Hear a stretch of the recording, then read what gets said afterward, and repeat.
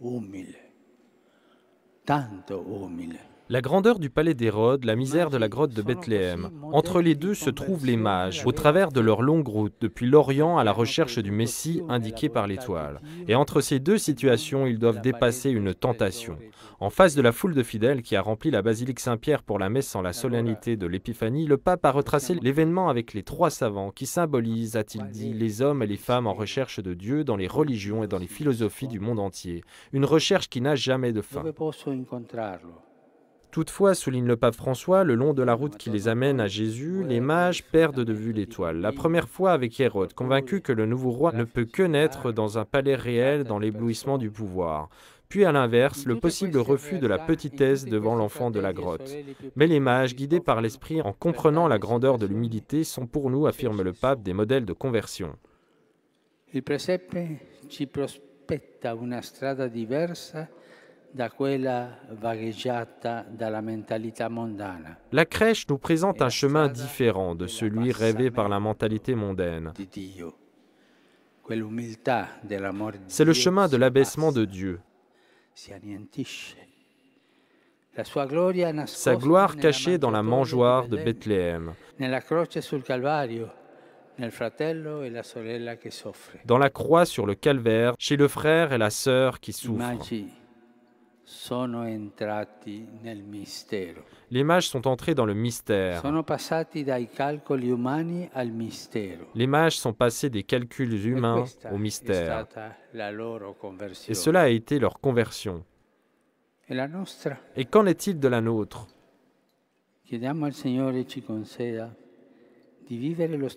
Demandons au Seigneur qu'il nous concède de vivre le même chemin de conversion vécu par les mages, qu'il nous défende et nous libère des tentations qui cachent l'étoile.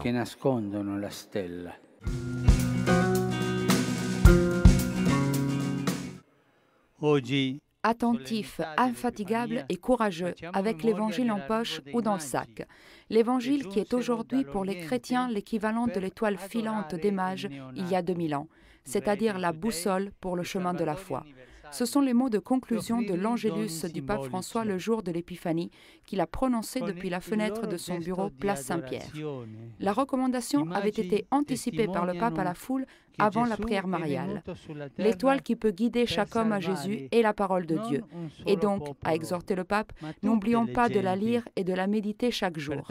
Il a aussi rappelé de ne pas oublier que ceux qui nous paraissent éloignés du Seigneur sont aussi suivis ou mieux poursuivis par son amour passionné et fidèle. Avant de réciter l'Angélus, le pape a souhaité un joyeux Noël aux églises chrétiennes orientales, catholiques et orthodoxes qui le fêtent aujourd'hui. Il a ensuite adressé une pensée aux plus jeunes. Mi piace poi ricordare che oggi si celebra la giornata mondiale. J'aime aussi me souvenir que nous célébrons aujourd'hui la journée mondiale de l'enfance missionnaire. C'est la fête des enfants qui vivent avec joie le don de la foi et qui prient pour que la lumière de Jésus arrive à tous les enfants du monde.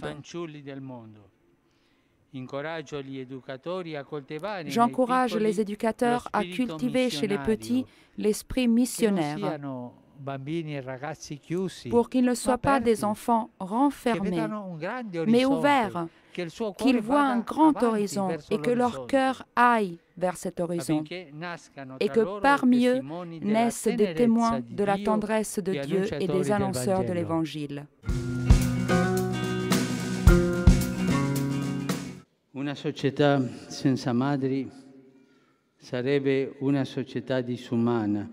Une société sans mère serait une société inhumaine, car les mères font preuve, y compris dans les pires moments, de tendresse, de dévouement, de force morale.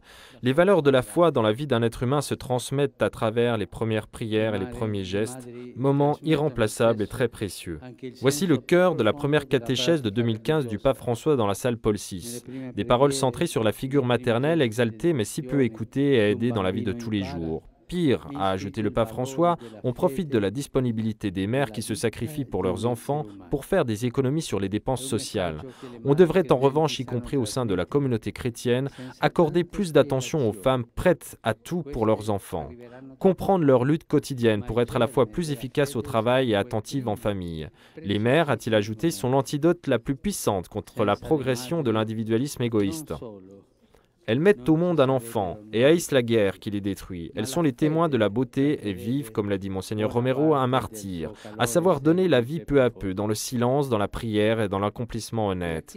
L'Église aussi est mère, a souligné le pape, qui a ensuite salué la délégation de rescapés du camp de concentration d'Auschwitz, libérés il y a 70 ans, ainsi que des forains qui étaient présents, créateurs de beauté qui font du bien à l'âme.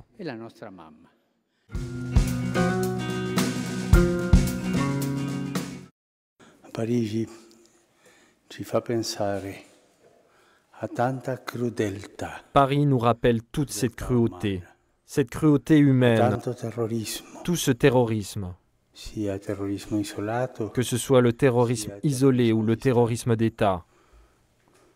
ma la crudeltà. Cette cruauté dont est capable l'homme. Preghiamo Prions pendant cette messe pour les victimes de cette cruauté. di questa crudeltà, tante. Tant de victimes. E chiediamo anche per i crudelli. Et demandons aussi pour les personnes cruelles Cambia il suo cuore. que le Seigneur change leur cœur. Pendant la messe de jeudi matin célébrée dans la chapelle de la maison Sainte-Marthe, le pape François a condamné avec force le massacre qui a bouleversé Paris, en souhaitant que le plus tôt possible le cœur de l'homme puisse être converti par l'amour de Dieu. Dio è amore. E Dieu est soltanto amour, et c'est seulement par la route de l'amour que tu peux connaître Dieu. tu puoi conoscere Dio. Amore ragionevole accompagnato. L'amour raisonnable, accompagné par la raison. Mais l'amour, Ma come posso amare quello che non conosco? mais comment puis-je aimer celui que je ne connais pas? Quelli che Aime tu hai ceux qui sont à côté de toi. Questa è la dottrina. C'est cela la doctrine des 2 commandements. Il più importante è amare Dio, Le plus important est d'aimer Dieu, perché lui è amore. parce que lui est amour. Ma il secondo è amare il prossimo. Mais le second est d'aimer son prochain, Ma per arrivare car al pour arriver au premier, nous devons monter par l'escalier du second. per le scaline del secondo. Cioè, tranne l'amore C'est en étant traversés par l'amour de son prochain que nous arrivons à connaître Dieu, qui est amour. conoscere Dio che è amore. Soltanto amando Seulement en aimant raisonnablement. ragionevolmente, Mais en aimant, amando, nous pouvons arriver à cet possiamo amour. arrivare a questo amore.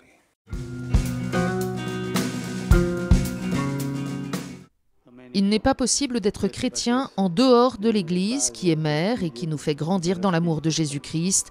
Priez l'Esprit Saint pour que ses enfants puissent être toujours dans la foi.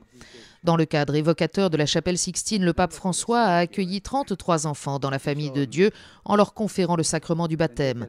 Aux parents, parrains, marraines et aux grands-parents, le pape a expliqué la force de la chaîne de la foi qui se déroule de génération en génération, les invitant à aider ces jeunes vies sur leur chemin comme peuple de Dieu. Un itinéraire à parcourir au sein de l'Église en se nourrissant de la parole de Dieu et en priant, immergé dans l'Esprit Saint, c'est-à-dire dans le feu de l'amour de Dieu. Vous, les mamans, donnez du lait à vos enfants. Même ici, s'ils ont faim et qu'ils pleurent, vous pouvez leur donner du lait. Rendons grâce à Dieu pour le don du lait. Et prions pour toutes ces mères, elles sont si nombreuses malheureusement, qui ne peuvent pas donner à manger à leurs enfants.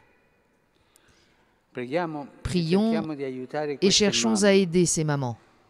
Donc, ce que fait le lait pour le corps, la parole de Dieu le fait pour l'esprit. La parole de Dieu fait grandir la foi.